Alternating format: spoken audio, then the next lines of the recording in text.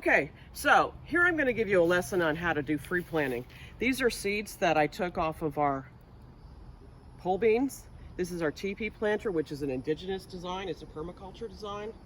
And I'm going to take these seeds that the beans actually, the bean pods actually turned yellow, so I couldn't use them for food, but what I can use them for is to replant the beans. That way you never have to buy bean seeds again. Okay, now for this exercise, I'm going to put this down and I'm taking off my gloves. You want to take off your gloves when you're doing seeding, like I showed in my last video, because you want to be able to feel where you're going. And when you've got gloves on like this, it's good for potting and just moving stuff around, or if you're pulling stuff out, pulling out plants and weeds, etc. But honestly, they're not good for seeding. These are pole beans. They are going to look like this.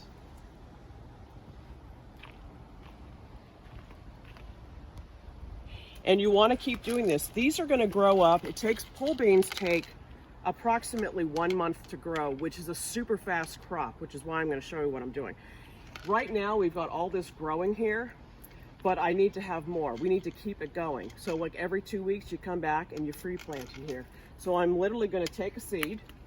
Here, I'm going to go plant it where there's some empty space. Just stick it in the ground.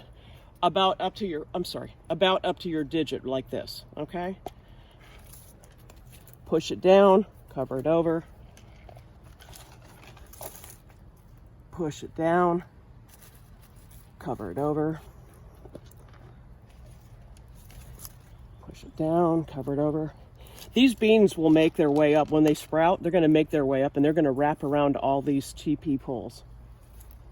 You don't really want to step into your planters because you don't want to damage any of the plants that are growing or knock off the fruit, or by accident nip one of these vines, because then all the beans that you got growing and sprouting are going to die.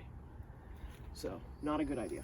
In this planter box I have edamame, which is actually soybeans, organic.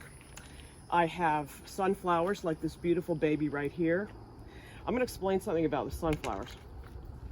Sunflowers, that bloom is getting ready to come out on them, but that's the best. It's an indigenous design, and what's going to happen is, you can see already the sunflower stalks grow about that thick. When they grow tall, they'll grow about that thick. You can see how thick it is. Now I want you to notice what happens when you plant beans with sunflowers or corn. The bean stalks will wrap around the entire sunflower, so you don't actually need to have these repurposed crepe myrtle branches that we took. You can actually just use sunflowers or corn. It will do the same thing with corn. I don't like to bend over too much when I do seeding, but in this case I kind of have to because the planter's so big. And getting in there and planting little tiny seed pods, I can't even fit in there, so not with all this going on. So I would definitely damage a lot of stuff. There you go.